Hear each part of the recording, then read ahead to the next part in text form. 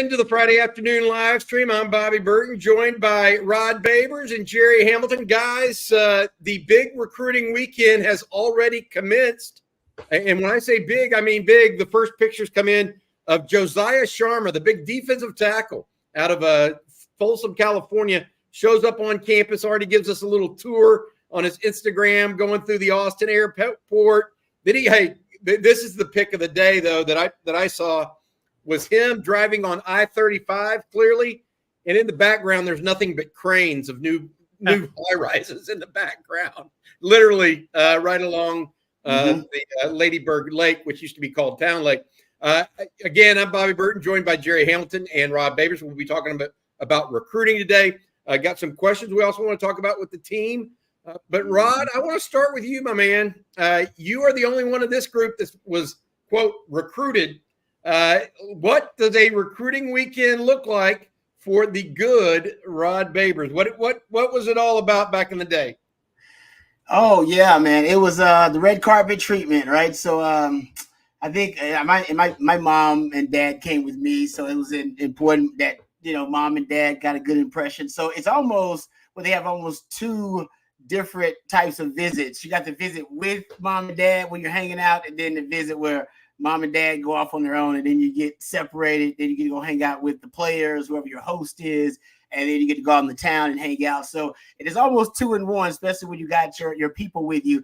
But I do remember that you meet when you come on campus. It was. I don't know if it's this case anymore. I think they changed it. They're more politically correct now. It was the Angels. You had an angel, and they were this group of this gorgeous. They all look like models, and they were. So I knew that at least the selection process had to be a little bit skewed, because I don't know if everybody who applied was ridiculously good looking, but they were all drop dead gorgeous. And then that was your angel. So you had an angel the entire weekend. You had the same one.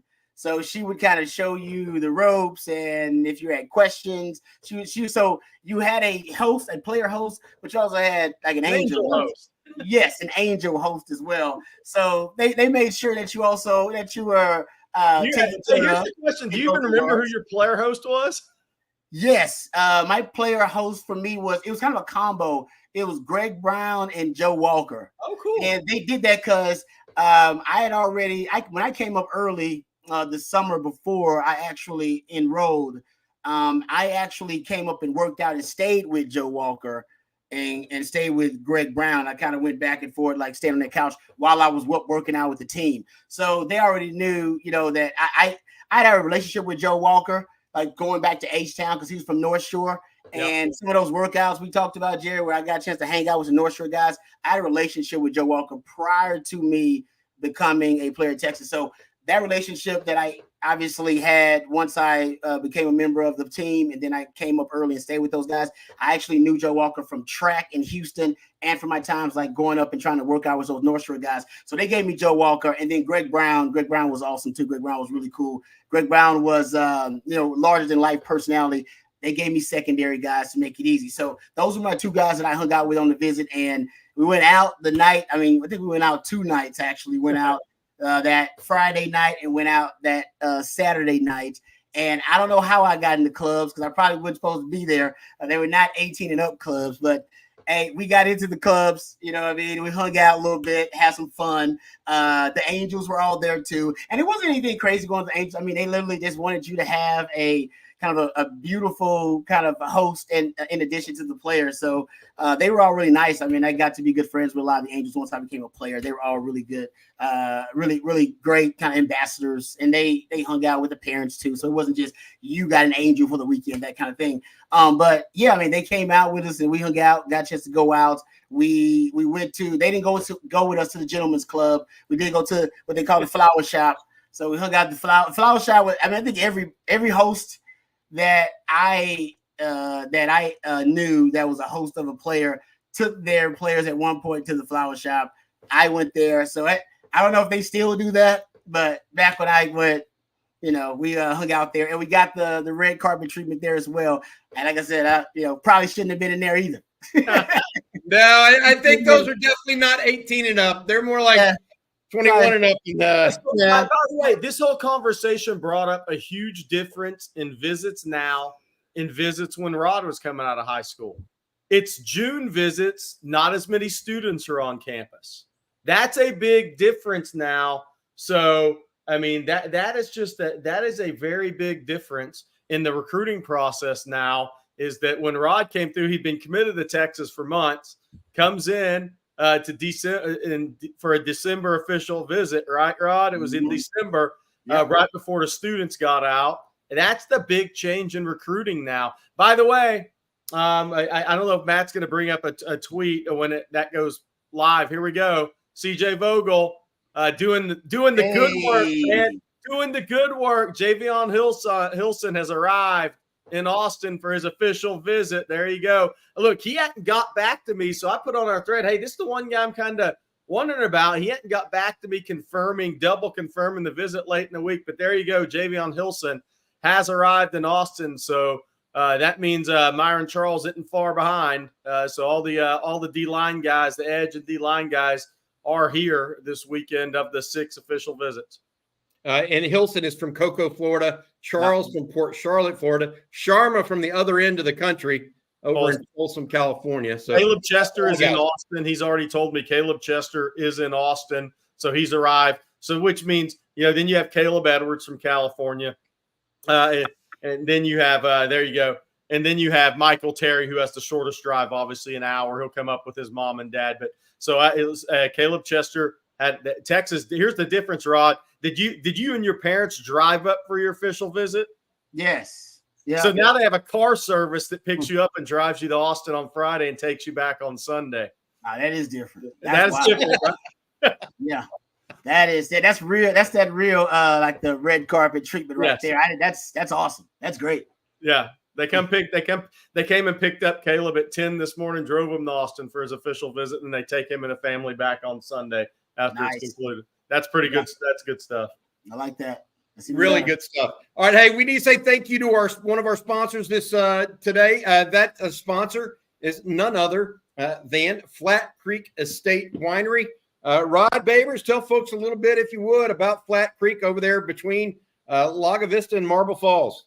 No doubt. I've got a chance to visit the venue. It is absolutely gorgeous. But what you may not know about Flat Creek, in addition to it being one of the best venues out there, is it's actually they have one of the most awarded wines in the state of Texas. That's right, folks. And this vineyard is close to Austin, Texas. Flat Creek Estate Winery, just minutes from downtown, and they've won award after award this year for their vintage wine, Super Texan. Super Texan is now available at your local spec, so give it a try today. Of course, Flat Creek is also a gorgeous venue with barbecues and wine tastings every single weekend. It's perfect for a day date with your significant other. That's Flat Creek Estate Winery, flatcreekestate.com. And I can personally vouch for the Super Texan and the rosé, as my wife loves the rosé, especially this time of year. It's a little hot. You want something a little cooler, a little lighter than the red.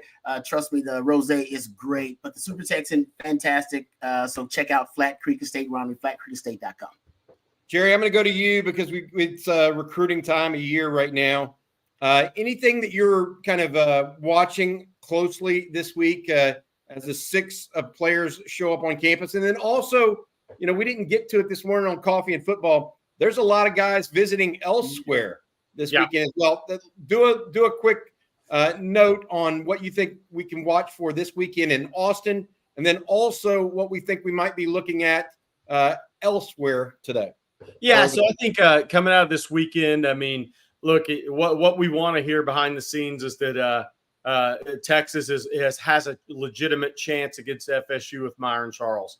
Texas has a legitimate chance, and we think they do, but a very legitimate chance against Alabama on Josiah Sharma. And Sharma will visit Oregon next weekend. So I ain't coming out on the D-line. Not going to be any commitments from those guys, nothing like that. Just that, all right, this is legitimate. This recruitment's going to continue in a favorable way. And Texas is in the fight until the end with those 2 guys. As far as Caleb Chester, I think Texas has a small lead there. I think continuing to build that lead this weekend, heading into A&M next weekend, and Arkansas the 21st through 23rd. Look, I'm not saying there's not it's a higher than 0% chance Caleb Chester could commit to Texas, but I don't think it's way up there at this point. Not as when they we're on the way to Austin. But he's the one prospect I have my eye on just as a possibility.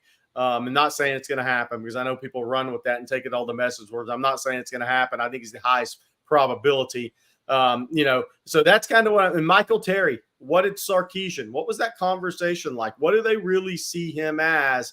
Is it just athlete, and we're going to figure it out? Do they get into some specifics in terms of position with him and where they see his future? Because whatever Texas and whatever Texas A&M says the next 2 weekends is going to greatly impact Nebraska's chances with Michael Terry, in my estimation, because Nebraska's saying wide receiver, 5-star, you're going to play.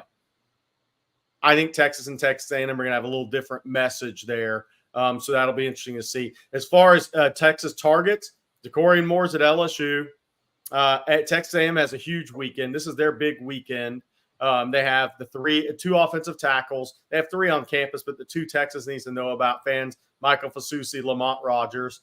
Kelshawn Johnson's at A&M. They bumped Texas Tech, which is saying something, because his best friend and Hitchcock quarterback Lloyd Jones is committed to Tech, is at Tech this weekend. So A&M's got a big visit weekend. They got 2 or 3 other guys on campus as well. Jonah Williams maybe not in play for Texas, but it's a big visit weekend for the Aggies. Oklahoma, not a big visit weekend. USC, big visit weekend out west. Obviously, Dorian Brew's there. Khalil Lockett is there. They have some other big-time guys. So some big campus visits going on around the country. Texas, this is their smallest weekend. The next 2, 37, 38 combined official visitors the next 2 weekends. Got it. Hey, Jerry, I do have a question for you here that's coming up on the chat. We're going to take your questions this hour. By the way, a little free-for-all here. Get to everybody's questions in, so please leave them in the chat if you have them. This from Jeff, Jerry. Is July a dead period? Are there more visits after June? Is July a dead period? So, yes. After June 25th, it goes dead until the end of July. So that's the one. Now, kids are going to be committing during that time, but no on campus, no face-to-face, nothing like that. That's the dead period. That's when the college coaching staffs actually take their vacation. They'll leave town. They'll be gone 2 or 3 weeks. That's their real downtime for the college coaches throughout this process. And for the kids, the process will continue. That doesn't mean there's not phone conversations, what have you, leading up to announcements. But the official visits end on midnight at 25th. The interesting thing there is, so Texas, that last visit weekends that ends on the 23rd, 21st through 23rd. You may see 2 or 3, 4 teams try to sneak some guys in on that 24th, 25th for that final official visit before it goes dead. But June 25th through the end of July is the dead period. And then obviously it does go on throughout the rest of the year. They can have players in on official visits during football weekends. In the month, I believe in the month of August, you can have them in as well, all the way up until signing day, whether it be in December or in February as well. There is a little bit of a dead period again over the Christmas holiday. But other than that, it's pretty much open game for having guys in for official visits. Hey, Bobby, I'm going to bring this one up real quick.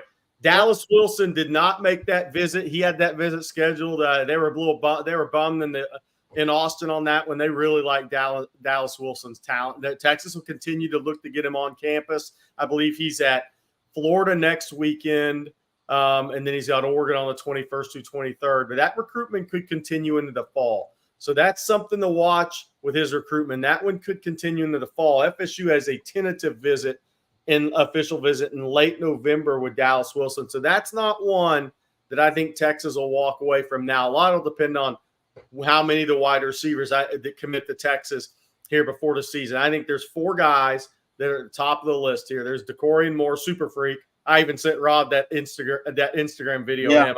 I want Rod to comment on Dorian Moore in a second, but just as an athlete. But Dorian Moore, then you have Jamie French, and obviously now we're coming off the highs. French was a done deal to Texas. Now he's doing interviews saying, no leader. I mean, I still think Texas is in a pretty good spot there. But that's here comes the recruiting. The recruiting bingo card's been playing out for June already. Then you have Khalil Lockett and you have Kelshawn Johnson. So Jamie French, I believe, is at Miami this weekend. Dorian Moore at LSU, Khalil Lockett at USC, and Kelshawn Johnson A&M. So is Texas recruiting the correct wide receivers? They dang sure are. By the way, so I sent Rod Bobby, I know you saw it too. The Instagram video of Dorian Moore working out with D-Rob, the wide receiver coach in South Dallas. Rod, what were your takeaways from how much of a super freak he is athletically? Well, I love that he is a super freak, but that's why the workouts are so freaky and unorthodox. Yeah. He seems to be, well, why do the same workout that the average, above average, I should say, athlete is going to do, which we all know. It seems like he's kind of pushing his skill set and trying to evolve it even more. He's got like some basketball stuff that he's doing in there, and I love that they're trying to catch with different strange hand configurations, just to try to test the strength of his hands. I mean, I love that kind of stuff. I think for a player like him, early on, already challenging himself, I mean, that's a really good sign about the mindset of a young man like that. But his film is unbelievable. He's one of those guys that could potentially be the top receiver kind of taken off the board. He's got that kind of potential that whenever he's drafted, he could be the top receiver taken. And now it's all about the system that he goes to. And the Sark system is there's not a more wide receiver friendly system potentially in the country. You can argue about talent development is better at Ohio State and things of that nature. You can make that argument. But in terms of a wide receiver friendly system, Sark can sell his with anybody. He really can. I had a stat from Sports Information Solutions said that A.D. Mitchell had 37 unique routes last year. Unique routes that he ran. 37. I can't even think of 37 routes right now. It used to be a route tree. A route tree used to have a certain route. It's like 37 unique routes. I can't even, like I said, I would really stress out trying to get past maybe 15 or 20. But that's how sophisticated Sark's offense is. And I think that's why wide receivers like it. And by the way, I think the reason that you're able to get to that many unique routes is because Sark moves you around, right? He puts you everywhere. You're not just going to be in one spot out on the outside. You're going to be in the slot. It's going to be on the outside. It's going to put you in motion, compress sets. Going to put you, he's going to, put you kind of flex every now and then too, move you around the formation. I think that's why wide receivers like it a lot too, because he's going to show off your skill set. He wouldn't even bring you in if you weren't a wide receiver that could play all those positions and learn them all. But getting back to the Dorian Moore, I think that's why he's at least, attracted to Sark's offense. Every wide receiver would be. Yeah. Hey, Rod, I got to be honest. You think maybe the safety has to stay back on a post route against Dorian Moore? Well, yeah, exactly, right. Sark keeps bringing in his speed, but he's one of those guys that he could do anything you want him to, right? He could take the top off of defense. He could be the possession guy. He's got good size on him. If you need him to work the intermediate, I think he could end up being an elite route runner if necessary. Usually freakish athletes like him don't need to be elite route runners. They can separate, accelerate, decelerate, get in and out of breaks, set defenders up. If that kind of athleticism combined with a guy who's going to be a precision route runner too, man, and you're talking about, next level elite wide receiver play. Like I said, first wide receiver drafted off the board type of potential and upside. We've already talked about Josiah Sharma being in Austin over the weekend. He posted his news and notes to Instagram. CJ Vogel has already put up a picture of Javian Hilton out of Cocoa, Florida. Now Myron Charles is in town. CJ got this pic of Myron. He's here already, ready to go on his official visit to Texas as well. So the Longhorns having it started. We put this up earlier. These are the guys coming in that we've been tracking. Caleb Edwards, tight end out of Oak Ridge out in California. Myron Charles and Javian Hilton. We talked about the two guys from Florida. Then also Josiah Sharma already in town from Folsom, California, the big defensive lineman. Caleb Chester already in town as well. Not sure yet on whether or not Michael Terry's made it, although Michael Terry did post about an hour or so ago that he was headed on the way to Austin, Texas. Good stuff there, guys, and good stuff from CJ getting those guys at the airport coming on the way in. CJ. Hey, Rod, here's one for you because you actually, we're going to hit a couple of recruiting questions here, but we're going to talk about Texas football stuff as well. We're going to knock out some recruiting questions. And Rod just happened to watch some of these guys recently. So let's bring up this question on Michael Terry because Bobby and I have given our opinions on Michael Terry. Jerry, Michael Terry's a 5-star athlete. where would he rank as a linebacker, edge, or tight end? Would he be the number one tight end? Not specifically on that. I'll give my answer on that. But I want Rod's thoughts on Michael Terry because he actually just watched video on him. So for me, Michael Terry, he wouldn't be the number one tight end because he just hasn't played it. Nick Townsend, to me, is a freak. So Nick Townsend's my number one tight end. I think I'm interested to hear Rod's point of view opinion on this. I think Michael Terry has some Amari Niblack similarities because he's going to move like a wide receiver if he plays tight end like Niblack. But as an edge prospect, that's really difficult for me because he doesn't really want to play defense. So he's hard to project. So you would never project him ahead of Lance Jackson or Elijah Barnes or Smith Orogbo or Hayden Lowe, any of these guys coming in. He wants to be an offensive player. So I just will despite him being a hell of an athlete, I would never put him ahead of those guys. Yeah, I think he's an offensive player. I do. And not only because I think that's where his passion is, as you pointed out, Jerry, but I know. I think his game to me, he the way as an athlete, the way he moves, the pace in his game, and I didn't watch a lot of him playing defense, but I did see him playing some cornerback. I mean, the guy played all over the place: punter, quarterback, wildcat quarterback, running back, wide receiver. I do think he's an offensive player. By the way, I think he's going to choose offense. Guys, that's why you go look at the NFL right now. Just got a sidebar. They're like, I think there are 6 players in the NFL, non-quarterbacks right now, making at least $30 million a year. 4 of them are wide receivers. Yep. Let that sink in. The second most important position, gentlemen, in football now is wide receiver. It ain't defensive end. It ain't edge rusher. It ain't left tackle.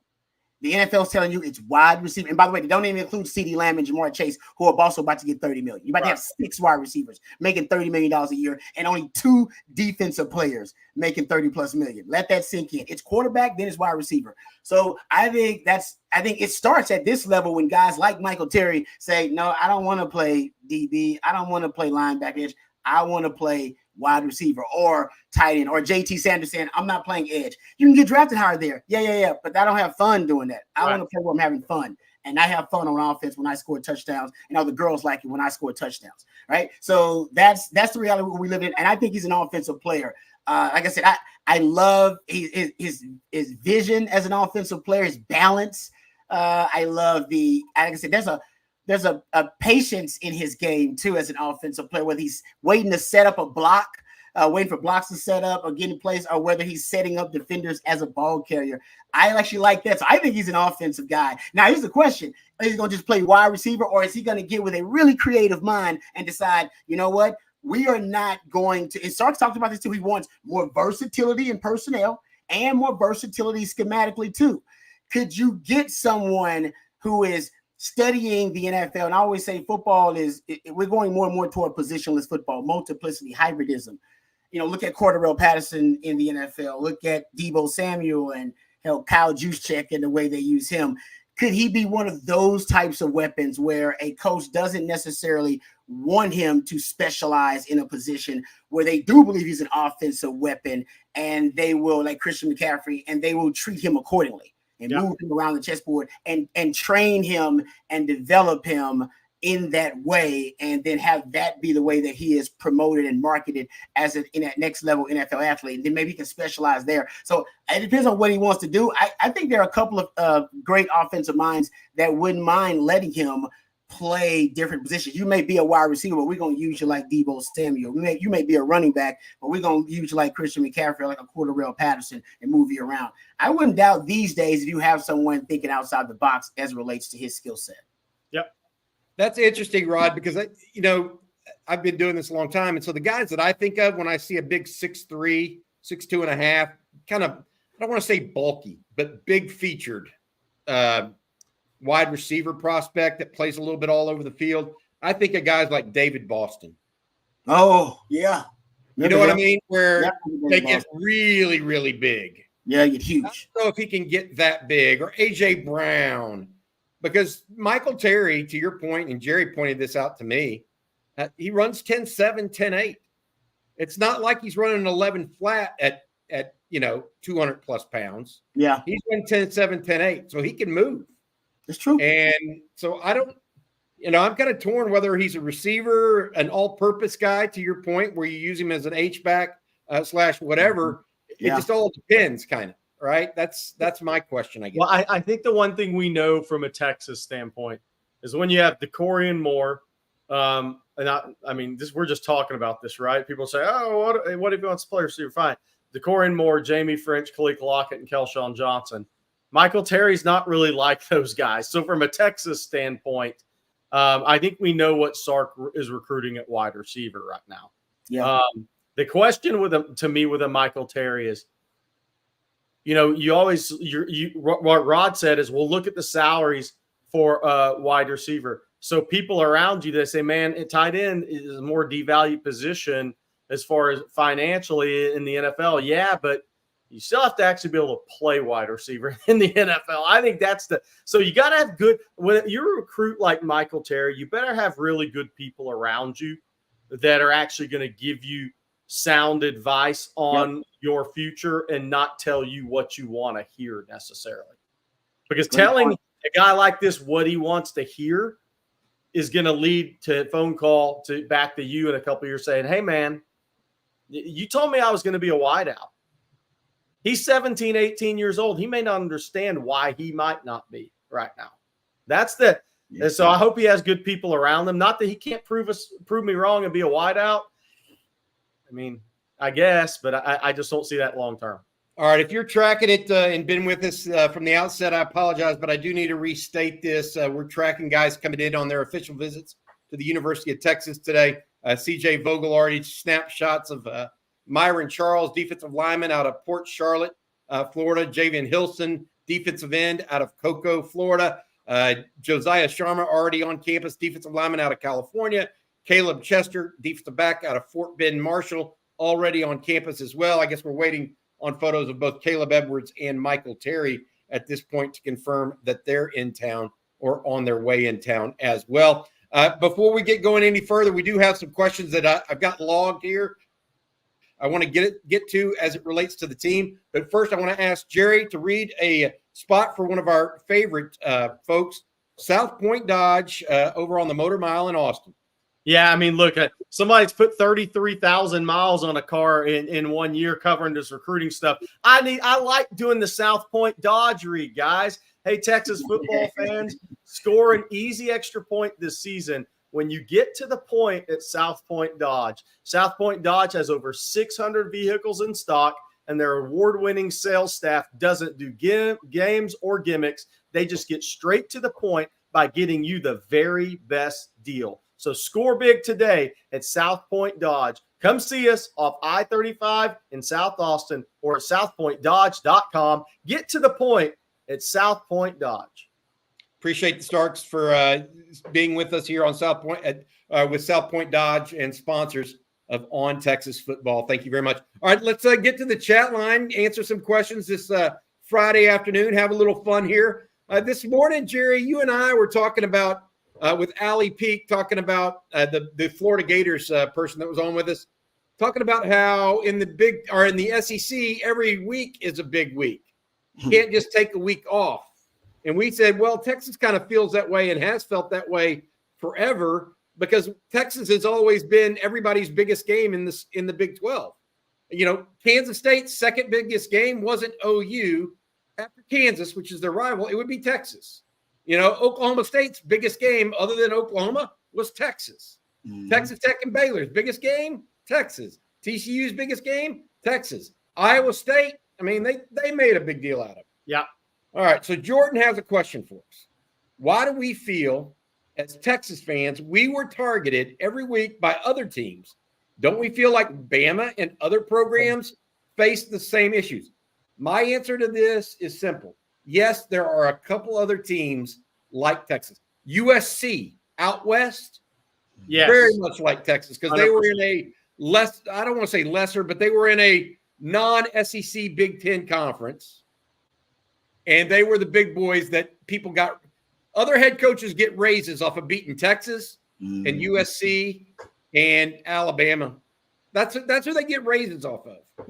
What do y'all make of the question? Yeah, so I think you look at it from this perspective. I think to your point, Bobby. Here's the way I look at it. At USC, That's the one school where 60% of kids that went to Oregon State probably won't wish they could be at USC.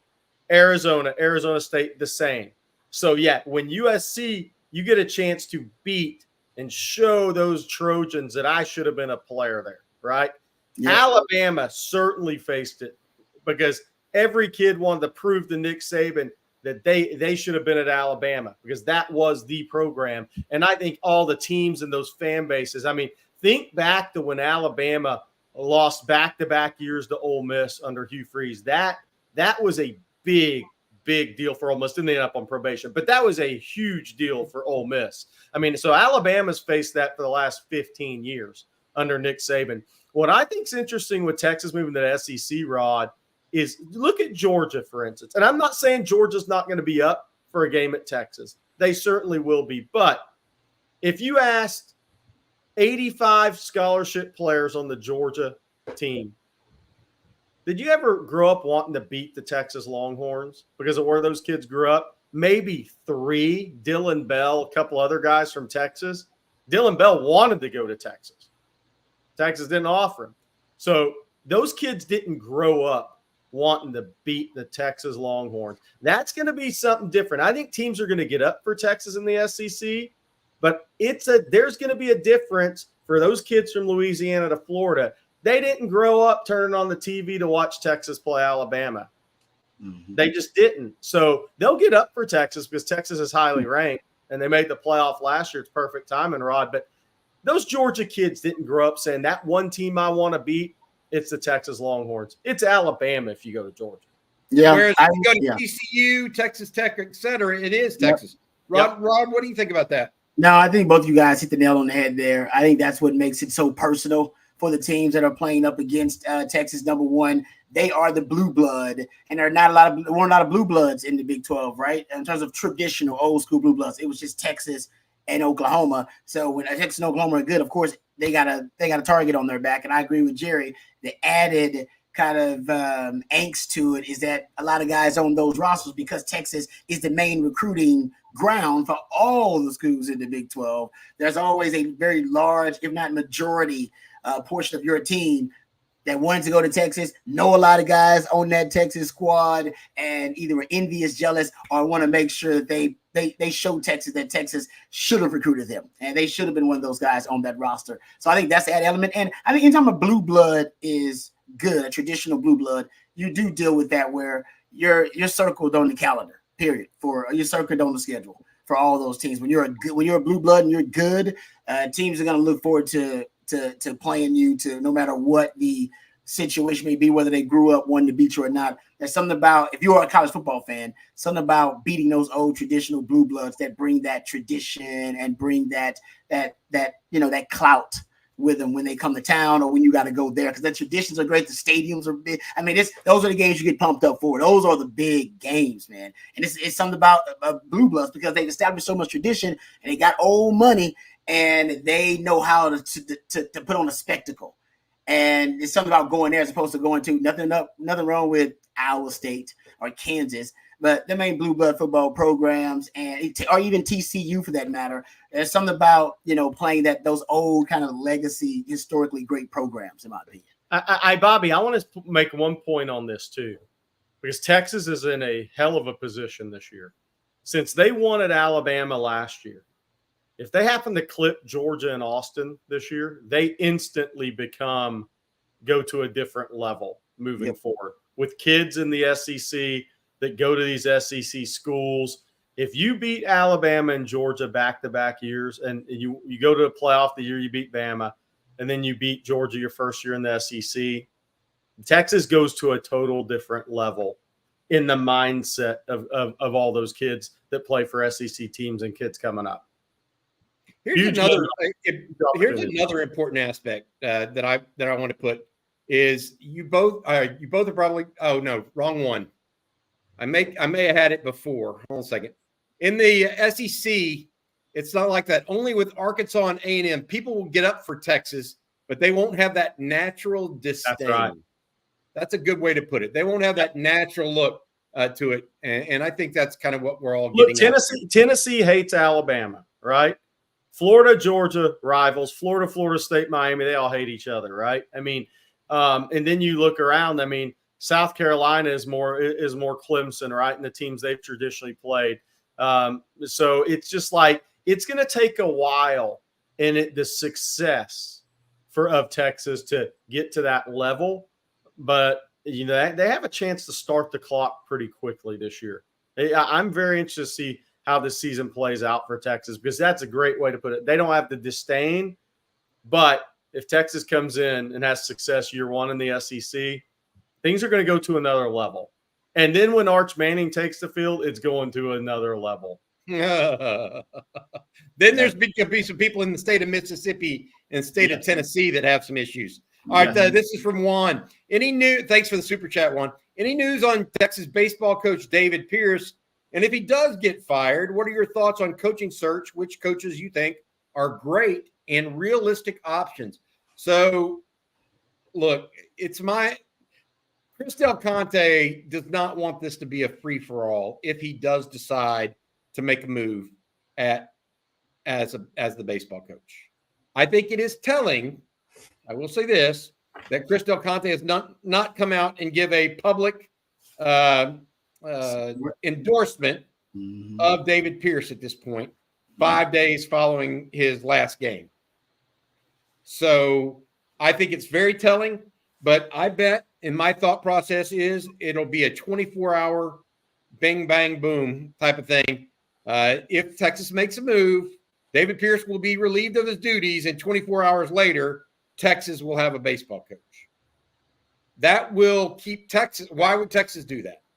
Well, one, then make sure that they have somebody on the hook that they really like before just getting rid of somebody that has taken Texas to a couple of College World Series. That would happen, okay? Secondly, it allows them to operate in a way where everybody's not trying to take pot shots at Texas about why a coach shouldn't go there in the process. And there's not this big hullabaloo about it all. So if Texas makes a move, this is what I believe, it'll be a 24 to 48 hour, okay, David Pierce is fired, then we'll have a hire in 24, 48 hours, simply because Texas doesn't want that kind of circus around any of its programs, if at all possible. Here's my thoughts on this too. I agree with Bobby. Here's my thoughts on this in conclusion. If Texas doesn't make a move after this weekend, that means your next coach is playing in Omaha. FY. Yep. Hey, Rod, this was from Chris Bennett. Rod liked that. Rod liked that when he stood up on his chair a little bit on that response, Jerry. Hey, Chris Bennett asked you, Rod, which recruits did you host when you were a player? Name a couple. The most famous one is Derek Johnson. That's the one I claim a lot of credit for. Was Derek Johnson, and me and Mac and I had a meeting right before that. Literally, and Mac was like, "Hey, we love you. You're great. Yeah, we think you're, good. You think you're charismatic, and you can close the deal with any recruit. But Derek Johnson is special, and we need to make sure we get him. So if there's anything distraction, you got a woman you're thinking about, or you got something going on this weekend, you got anything else in your life that is more important than this recruiting visit right now, let us know, so that we can put somebody on the job who's going to close." And I'm like, "Coach, I'll close the deal." And he's like, "You want to play for a national title? We got to have this dude." Like Mac had never really done that. He's like, we got to have him. And I was like, "Listen." I told Mac, I said, "Listen, as long as you don't ask how I do it, I'll get him. You don't ask me how, and don't ask me for a synopsis of it later on. If you ain't asking no questions about how, I will get it done." And Derek Johnson, as y'all know, a legendary lifetime Longhorn and a great human being as well. So I closed the deal on that one. And that one I took personal, but it was a group thing. I ain't gonna lie. I got everybody on board with that one. I got me and Sims was on board on that one. I got some of the older guys to help me out. We showed DJ a damn good time and made sure it was a long time.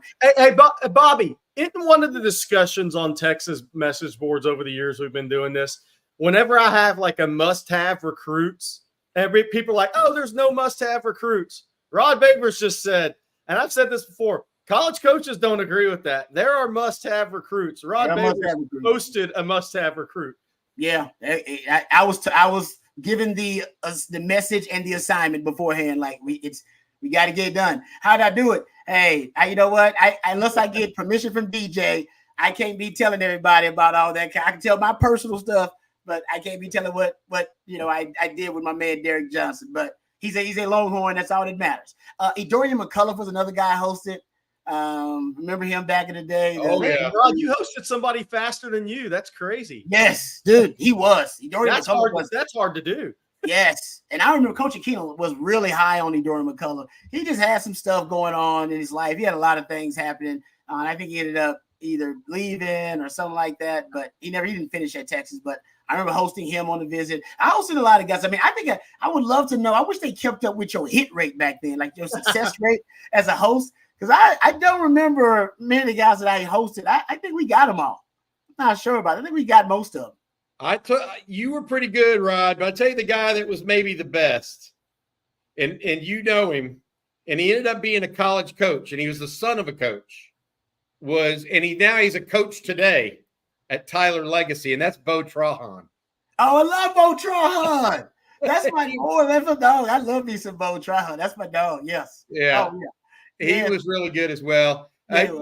Look, we can talk about this until we're blue in the face. The reality of it is it takes there are can't miss or must have recruits. Yeah. Okay, that can change your program. Texas has proven that year after year after year with some guys frankly that changed the trajectory of what's going to happen in Austin. Michael Taft right now seems pretty clutch. That is damn right. Exactly right. It just depends on who it is. You know what I mean? And it can be a guy that you don't expect it to be. It doesn't have to be the typical guy that you're out there looking. All right, Jerry, I had a question for you coming in before we get to our actually, here's Caleb Chester from CJ Vogel. He's actually already in his hotel, getting ready to go over to Moncrief Newhouse facility. Yeah. He and his family arrived there. I think they stay at the Four Seasons, don't they, guys? Yeah, they get the big time treatment there. Not just a continental breakfast at the Four Seasons. Yeah, they get that room service, baby. Room service, whatever you want. Boom. Hey, before we get going to the next question, I want to say this from Max Moeller, and it is Brandon Brown update, please. That's a big defensive lineman that visited LSU last weekend, has committed to Texas, but doesn't visit Texas for another week. Where's he at this week, Jerry, and what's the situation overall? Yeah, Brandon Brown's scheduled to be at Tennessee this weekend, Texas the 14th through 16th, and Miami the 21st through 23rd. I know there was look, we're going through this. It's June. The first visit weekend, boom, everything comes out of that. Guys are flipping, decommitting, not even going to visit Texas, visit elsewhere. Of course, none of that happened. Sark and Kenny Baker got on the phone with Brandon Brown and Brandon, his mom, his older brother, which I think is key in the recruitment, and a couple of other people close to Brandon on Monday evening. So the visits continue. The Texas LSU is where the decision is going to come from. I know people are putting in all the LSU predictions right now. I get it. He has the longest standing relationship with Bo Davis. But I'm one that is going to sit back and say, let's see what happens as this official visit process unfolds, because the first official visit gives you a target. Let's see what happens. There's a reason Sark likes the later visits. Not saying that's 100% right. Kirby Smart goes early, and he has the most talented roster in college football. But I will say this: the visit process will continue, and let's see what happens. I'm not saying he's not going to go to LSU. I'm not saying he's for sure not going to go to Texas. I'm more one that says we've had one official visit down. Tennessee's going to muddy the water in their own way this weekend. Then he comes to Texas. And then if he does continue with that process, if he doesn't just visit LSU and Texas and make a decision after that, but if he makes that Miami visit, don't think that won't muddy the water on some level too. So, I mean, that's the process. I mean, and when these June visits start, man, that first weekend, it starts the hype machine in our industry. We've worked in it a long time, and I'm not hating on anything, but it starts the hype machine. And but the visits continue. He's at Tennessee this weekend. He told Texas, I'm coming to Texas. See you next June 14th through 16th, and then we'll go from there and see what happens after that visit. All right, it's 45 minutes into this live stream, Longhorn live stream on Friday afternoon. I'm Bobby Burton, joined by Rod Babers and Jerry Hamilton. Rod, I'm going to ask you now to talk about our friends over at Flat Creek Estate Winery, if you don't mind. Of course, our friends over at Flat Creek Estate Winery. Matter of fact, I can vouch for Flat Creek Estate myself. I believe we still got a couple of bottles of Flat Creek in the house right now, but not many. My wife is a huge fan of it, and so am I. The Super Texan folks, trust me, one of the most awarded wines right now in Texas, and our folks over at Flat Creek Estate, they are not far from you. That's right. Flat Creek Estate Winery is just minutes from downtown, and they've won award after award this year for their vintage wine, Super Texan. It is fantastic. Super Texan is now available at your local specs, so give it a try. Of course, Flat Creek is also a gorgeous venue with barbecues and wine tastings every single weekend. It's perfect for a day date with your significant other. So go check out flatcreekestate.com to go check out Flat Creek Estate Winery, or make reservations to go visit the venue, or you can go order wine. And like I said, I would recommend the Super Texans. This time of year, I'd also recommend the Rosé. Usually I'm a white wine guy. The Super Texan is fantastic, but if you want a little blend of in between, the Rosé is great, especially this time of year. It's cool, refreshing, light. I'd recommend it. There you go. Hey, Rod, there are people all over this chat asking you, Tyler Davis, if he can't tell Coach Mack, he can't tell us. I can't. And then Arch Manning goes, how'd you do it, Rod? Are you just gonna remain mom? Is that gonna go down forever? We gotta plead the fifth on that as well. And my man DJ's got kids now. I think he's got like 5 kids. Oh no, we don't need them stories out there. Nope, we can't do it. So what did I do with that extra meal money, Rod? Hey, I always spent that extra meal money on the recruits, man. And hey, it did help that one of my best friends in the world was Chris Sims. So Sims always rode big, man. Sims had that access to that black car, that that black Amex back in the day. So we hosted recruits nice, man. We did it big, man. We did it big. UT boy, Hookem, thanks for the super chat. We appreciate you as always. UT boy. All right, I got a couple other questions I want to get to here as we finish up this final 15 minutes. Hey, here's one from Roger G that I think is good for us. How do y'all see Texas playing against the run this year? Nervous teams may run all over us since we don't have Sweat and Murphy anymore. Hey, look, that's a problem for a lot of teams that they worry about that. Texas did go to the portal, though, and grab 3 guys in Tia Savea, Bill Norton, as well as Jermaine Lole, who people are saying looks pretty good out of the gate here in Austin. Jerry, Rod, either of you guys want to take that question? How do you see Texas playing against the run this year from Roger G? I'll go first. I think schematically you're going to see, and I think it's going to be part of the Johnny Nansen influence. I think you're going to see more single high looks, that whether it be cover 3 or cover 1, to get the extra defender down into the box. When you don't have Tavondre Sweat and Byron Murphy, who both demand a double team, it's hard to win with light boxes. They actually won a lot last year with light boxes. They actually led the country in yards per rush allowed with the Power 5. So in the country, but led the Power 5 in yards per rush allowed with a light box. Fewer defenders than you have blockers. Well, you can do that when you got the best D tackle duo in college football. So they don't have that. They will have capable veteran experience in the interior D line, but you won't have the force of nature you had last year. So I think what they'll supplement is bringing an extra defender down into the box. Now, Texas plays a lot of match quarters. That's that Gary Patterson influence from a couple of years ago, and it's been great for Texas. That means you're playing 2 deep safeties. Well, it means you're going to play with a lighter box a lot of the times. The Johnny Nansen influence, Johnny Nansen and Arizona, guys, they played a single high safety over 70% of the time. Like 75% of the time, they're basically with a single high. I mean, they're playing cover 3 or they're playing cover 1.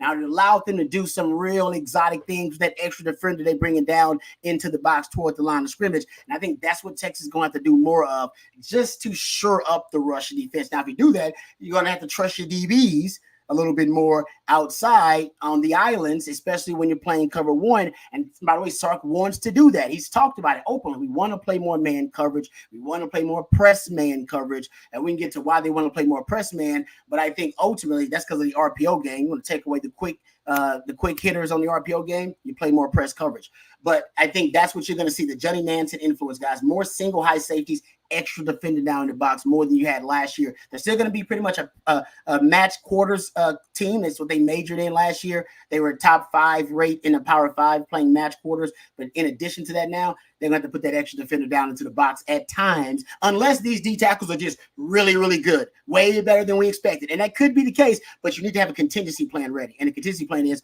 let's bring that extra defender down there to help shore up the rush defense. Hey, Rod, what did you see from Johnny Nansen's defense that you like? Oh my God. Because I think there's going to be a lot of elements of that this year. I think it's the reason that Sark is so damn confident right now that the pass defense is going to be okay, and he hasn't really talked about it as being problematic, even though last year it was an issue, and in the spring game it was an issue. And Sark, he seems to be confident that they're going to be okay. I think most of all, he likes the frontline starters that he has in the secondary. They upgraded with Makuba. Derek Williams is going to be better. Malik Muhammad is going to be awesome. But I think he's confident that Johnny Nansen influence is also going to be something that makes a huge impact on the defense.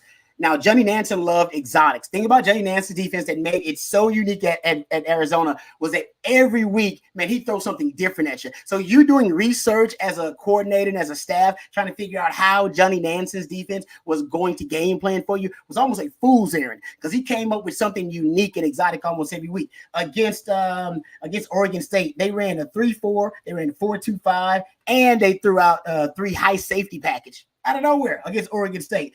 Truly hybrid multiple defense. When they played against USC and they played up against Washington, dynamic first-round quarterbacks, elite, sophisticated passing games.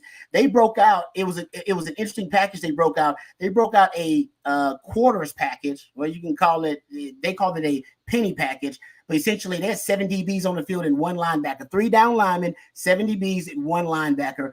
And it worked really well against Penix, held them they had no passing touchdowns. Caleb Williams had his lowest passing yardage game of the season, and he did a lot of funky things with that look. I seen him in 2022 against San Diego State. He had a 5 down lineman package, called it the Joker package that they broke out. In Washington State, they ran the old flex, the double eagle flex against them, the old Desert Swarm defense. I mean, he's got a lot in his bag. Now, PK's defense, although effective last year, pretty static.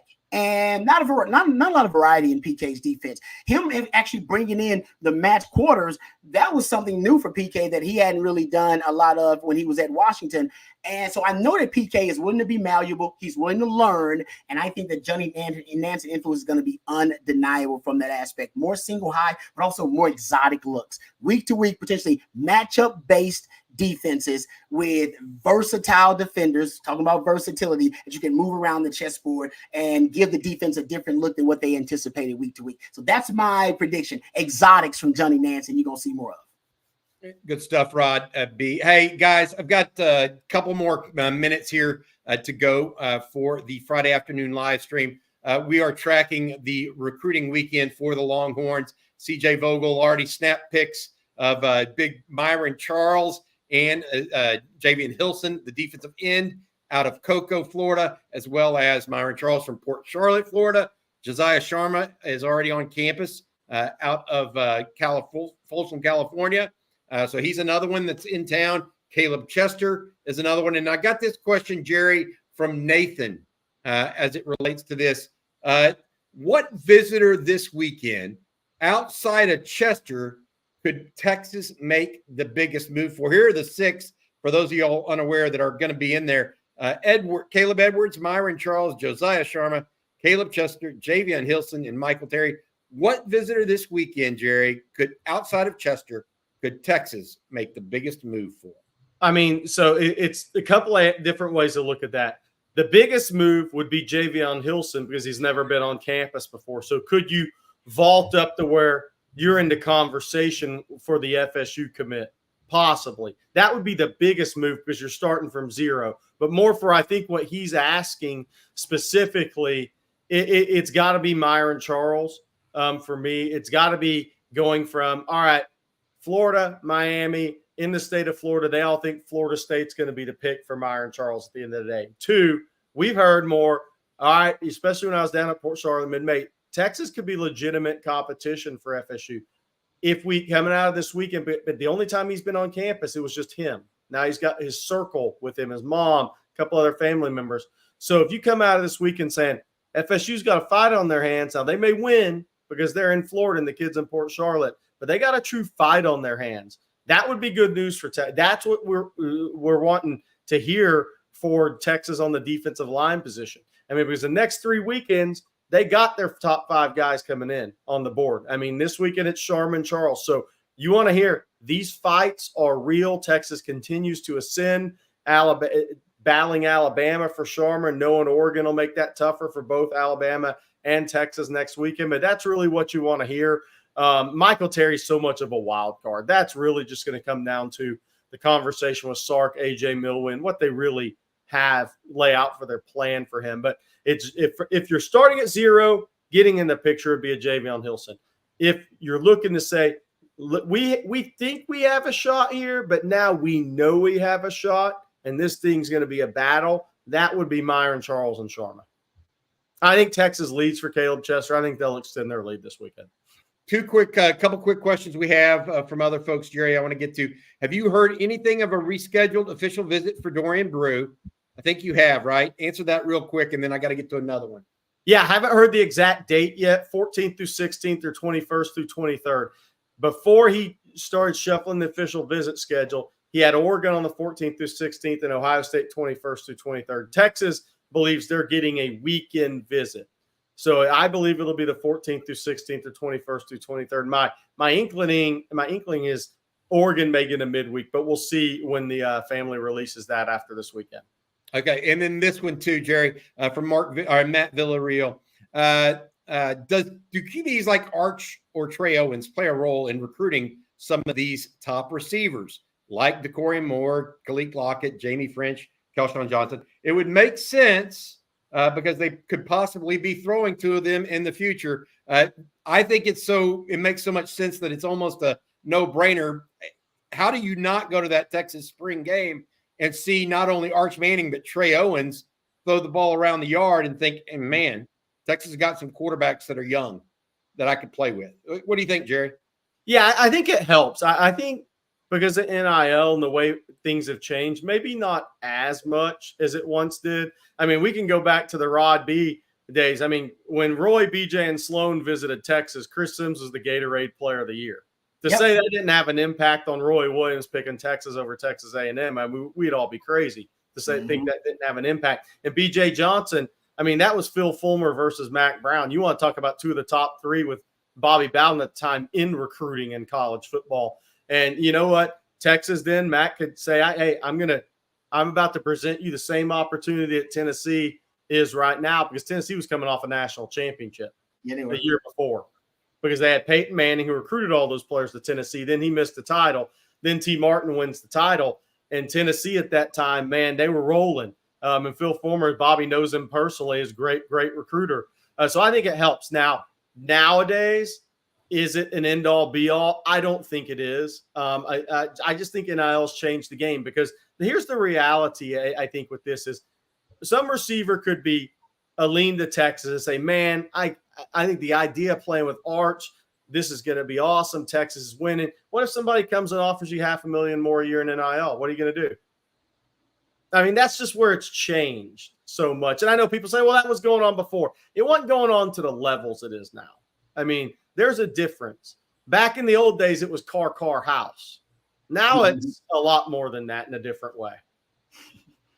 Good stuff, Jerry. All right, this one from Jay Lee. Welcome back, Jay Lee. Do y'all think Jeff Banks and Steve Sarkisian will stay together, or is Banks a candidate for getting offers that take him away?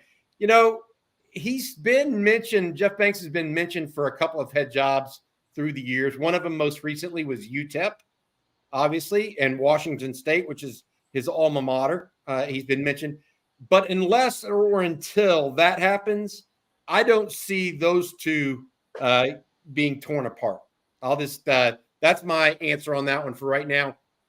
Until we see something different, Jay, I would say unless Banks gets a head coaching job, he's not even that interested in a pro tight end coaching job because he gets paid so much at Texas. I feel pretty sure that Jeff Banks will be there with Steve Sarkisian kind of as his right-hand man, especially on the offensive side of the ball. Excuse me. This one from Hi, I'm Boo Corrigan. Jerry, Yeah. do you see the tight end class as 2 or 3? You have Amari Winston, and Texas is pushing for Nick Townsend and Keone Armstrong, and also the kid coming in this weekend, Caleb Edwards. What do you think? I think it's a 2 tight end class. I think, look, I think Winston continues to kind of flirt with some others. We'll see what happens there. I think Nick Townsend is a stud at tight end. I think Keone Armstrong is tremendous as well. I think talent-wise, that's the 2 best tight ends that Texas is recruiting. The question is, I mean, look, Nick Townsend, we'll be talking about this on our live visit thread on Texas football this week and some of these visits. Nick Townsend at Alabama is a huge official visit. I didn't mention that one earlier. That's a huge official visit. I think that's Texas's competition. He already went there a few weeks ago. And I think in Alabama, I think DeBoer has that guy circled. I think Texas has him circled too. I mean, anybody at 6'3.5", 226 that runs 10.92 FAT 100 and plays tight end is a elite talent, especially with the ball skills he has and defensive physicality. He just wants to be a tight end, what we talked about earlier with Michael Terry. Then does Michael Terry factor into that at all? We'll see what Texas has to tell him. But I think Texas will sign 2 tight ends in this class if they get the 2 they want. But I'm not convinced it's Winston and somebody else. We'll have to see how it plays out. All right, this one from Casey. Has there ever been a 6-man player in the state of Texas that went on to play big-time college football? I got to ask you, is A&M big-time college football? I'm kidding. Jack Pardee. This is half a century ago or more. Jack Pardee, the longtime coach at the University of Houston for the Houston Oilers.